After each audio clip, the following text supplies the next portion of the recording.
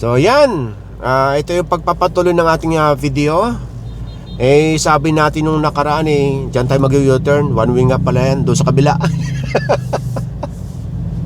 Kung maalaala nyo, yung napasadahan natin nung nakaraang video, yung Zaragoza, Moriones, at tapos yung Kapulong, Arten, South, North and South.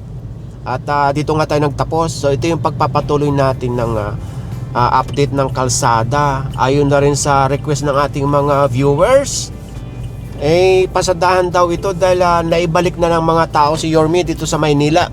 Di ba, sweetie? Yes. Dyan tayo galing nung nakaraan. Unang pinasadahan natin yung Claro M. Recto sa Zaragoza. So ang request ng mga kabayan natin sa mga bago pa lang makakapanood nito, yun na nga, naibalik na ng mga tao si Yorme dito sa Maynila. Pasadahan daw natin habang hindi pa siya tuluyang nakakaupo sa bilang pagka Yorme dito sa Maynila. Pasadahan na raw natin yung ngayon Before para meron silang comparison. Yun ang gustong-gusto ng mga tao. Dahil nga nakita nyo naman sa buto, di ba? Oo, ibig sabihin talagang gustong-gusto ng mga tao na maibalik si Yorme dito sa Maynila. So ayun nga, nung naalala nyo yung unang term ni Yorme dito na maraming walang helmet dito. bibili lang ng kamatis. So dito tayo sa Delpan, napasadaan natin o Aranto Yun nga, ayun nga kaya, ano ito? May nagluluto, kaya na wala ito may patay na, kaya na wala pa yan. Hindi ko siya napansin. Kaya ko sinabihin kanina yung mga nakarang video natin. Kasi ginawa natin tong video sa loob lang ng hanggang ngayong oras, nag-start tayo ng 10. Dalawang oras na tayo paikot-ikot. Ayun nga doon sa kay Yorme, yung una siyang naupo dito bilang mayor sa Maynila, ay babaguhin niya itong Maynila. Ipagpapatuloy ang kanyang nasimulan. Hindi ibig sabihin yung naupo pa lang, yung maupo pa lang siya yung una, babaguhin niya yung Maynila. Grabe nga lubak dito. So ano bang sa ilalim ng babaguhin? Siyempre yung lilinisin. Kasama na itong kalsada, ganoon na rin yung sidewalk. Dahil nga yung sidewalk dito sa Kamaynilaan marami mga vendor na inalis niya sa mga bawal na lugar at nilipat sa magandang pwesto. 'Di ba?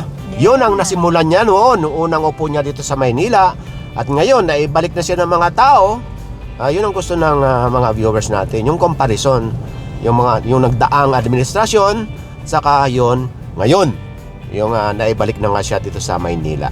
Sige. So, ito na yung Moriones.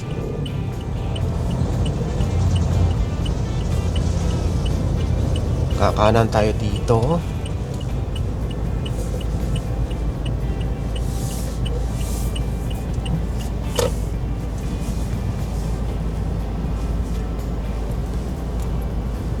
Traffic to dahil may ginagawa dyan sa unahan. Dito sa Moriones, yung nakaraang video natin, nagtapos tayo dyan sa may gas station, nag-U-turn. Ngayon didiretso tayo.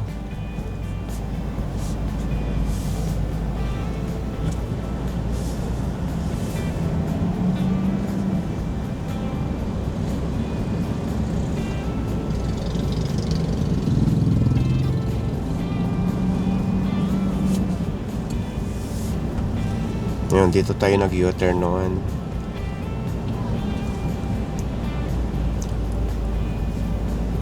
Gumagana pa kaya ang May fountain. Ay, sabay pa tayo. Natandaan mo, di ba? Oo.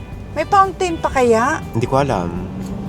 Para malaman natin, Wala. pasadahan natin ng umaga.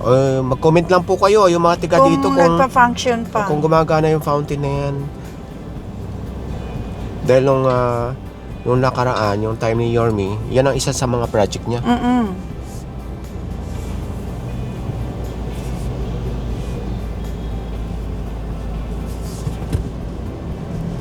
Kakaliwa tayo diyan sa susunod na traffic light.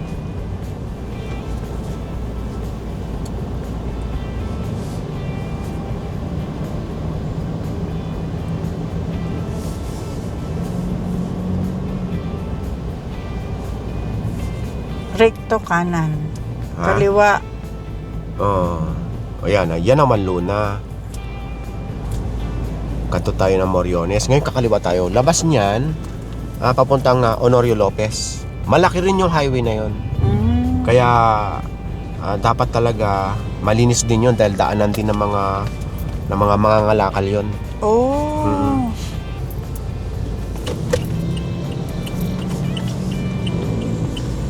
Ito, nasa One Luna na tayo.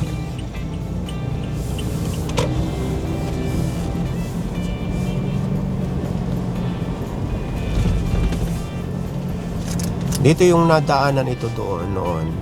May yung mga nakapark dito. Yung iba, kaliwat kanan, may mga ticket ng MTPB. Parang one way to. One way? No, doon sa kabilang labasan sa kabila. Kaya pwede mag-park ng kaliwat kanan. Kasi yung gitna, yun Ayun, na may lang. mga ticket ng MTPB. Oo. Kasi kaliwat kanan ng parking eh. Kumbaga yung center na lang ang pwede mong daanan.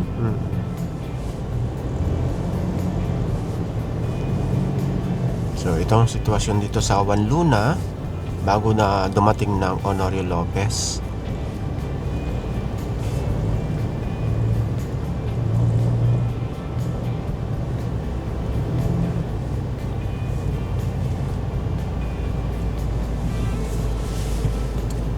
May mga ticket talaga yung mga sasakyan. Di ko lang alam, dito lang sa kaliwa nakikita ko eh. Tingnan mo sa kanan suite ko may mga nakaipit na ticket na. Karamihan kasi motor. Di yun, may kotse dyan. Tingnan mo lang sa windshield niya kung may nakaipit. Wala. Wala. Napansin. Wala. Nakita ko din.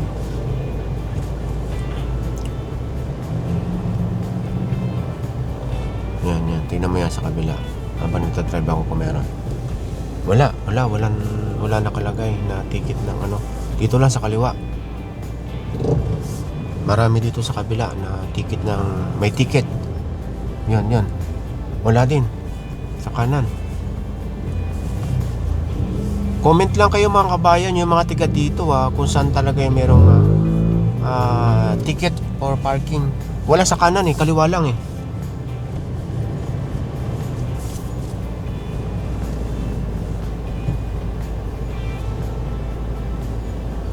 Wala talaga sa kanan. Wala pa nakikitang isa. Kasi isa man lang.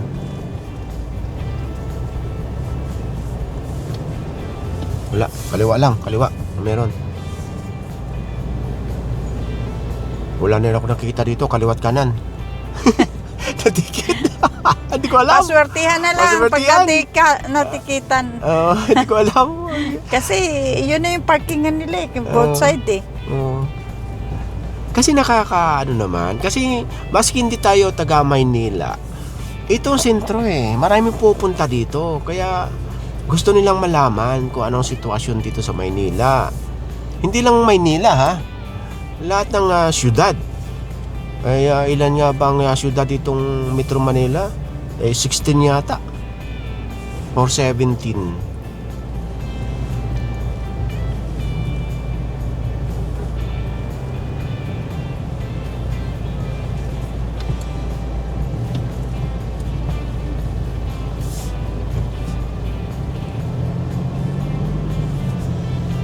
Nasa kanto tayo ng Tayuman, pagpakanan.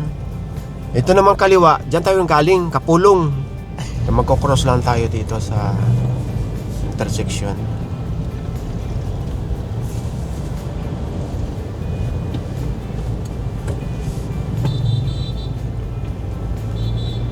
Ito, tingnan nyo. Yan, sige.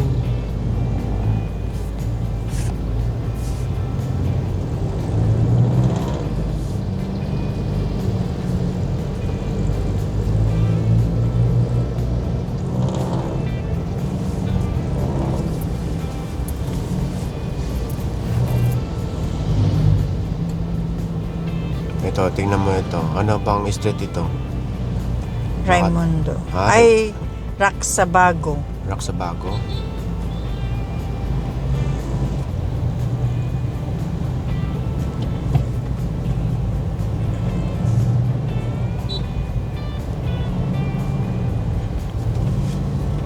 ka, sweetie, ha? Ano yung kantong iyan? Honorio Lopez Ito Boulevard. na. Ito na, Honorio Lopez. Kaliwa. Kung maalaala mo yung video dito, yung mayroong binanggit na HPG. Yun. Dito yun. Honorio Lopez. Pinsan niya. Pinsan niya yung HPG. Diretso tayo. Kaliwa pala. Ano ba yun? Diretso yung pakaliwa. Siyempre, ganun yun. Jesus, palusot pa. Bukelya na, palusot pa. Ito yun. Ito yung Honorio Lopez, ha? Sako pa rin Nag-widening dito. hindi. Ayan, oh. Hindi widening yan. Inayos. Yan ang dating lapad ng kalsada. So, ito isa ko pa rin ng Tondo. Itong Honorio Lopez. Ayan. Marami natikita ng mga truck. Ganyan dito ng MMDA.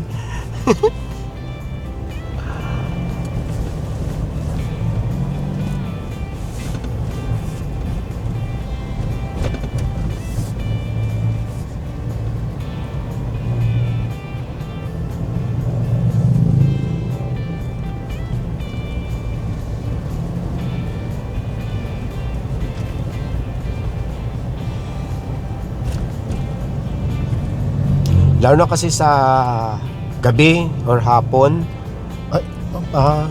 hinahanap ko yung nakatira dito. Yung sila tatay dito sa lugar na ito yung diyan sila nakatira sa bangketa. Parang hindi ko napansin. Wala na, malinis. Sa gabi, ma-traffic. Dito yung Sa hapon pala, basta rush hour. kasi marami na nakapark.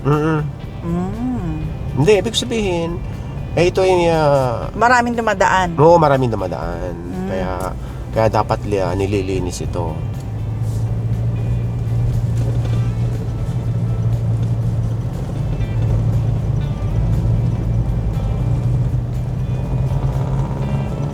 Yung mga hindi pa nakakarating sa Honorio Lopez, ito yon. Yung mga tiga Honorio Lopez naman, okay, ayan tayo.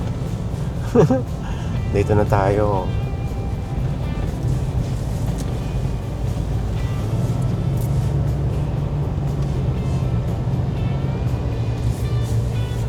Mga isa-save ko itong video natin, ha, para comparison ayon doon sa inyong mga request.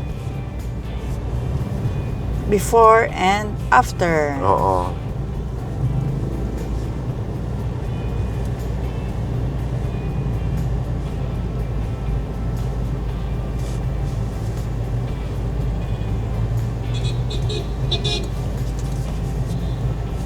Dadaanan din natin dito yung Tondo Medical Center.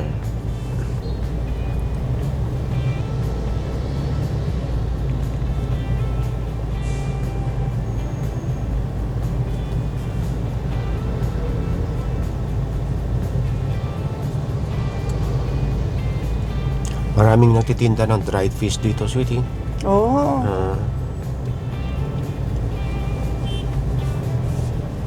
Hindi ko na alam kung saan banda rito eh. Nadaanan namin yung dati ngayon sumasama pa ako sa clearing operation.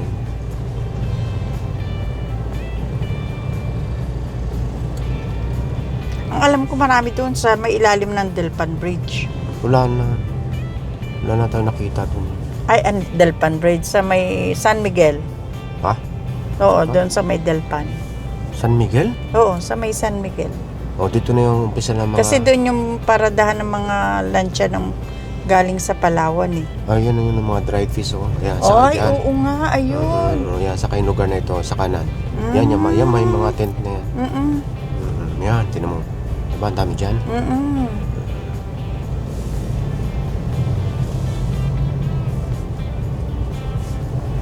Yan, dito nagkalat yun, Dried Ayan, fish. Dami niya sa kanan. Yan, hanggang dyan pa. Sarap kang bumili. Sarap ng sa almusal. Dito nga yung bagsakan. Ayan, dyan, dami. Dito yung iba, may mga ticket na nakikita ko, may parking ticket. Sa kabila ng may nakalagay na, ito yung Tondo Medical Center. Oh. Oo. Yung doon sa gilid, yun ang may permit. Pero ito yung mga naka-double park. Naka na double park na. Ayun, doon sa nasamahan ko yung na-clearing ito no, ng MMDA.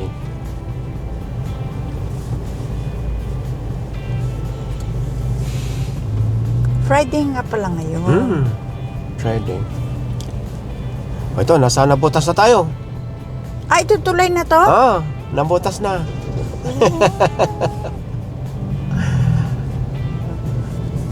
Dali na namin kayo dito sa nabutas. Ay, anday bangka. Oo, bangka na. Ano nga, baka ito, Tulyahan River. Hindi ko naman tandaan. Sige, dali lang namin kayo doon sa unahan.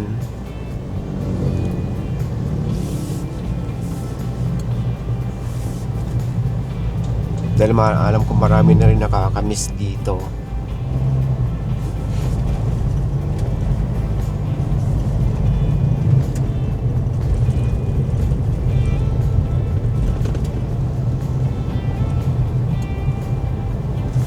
Ang mga susunod nating pasadahan dito, Palangka, di ba? Sa Arlige, di ba?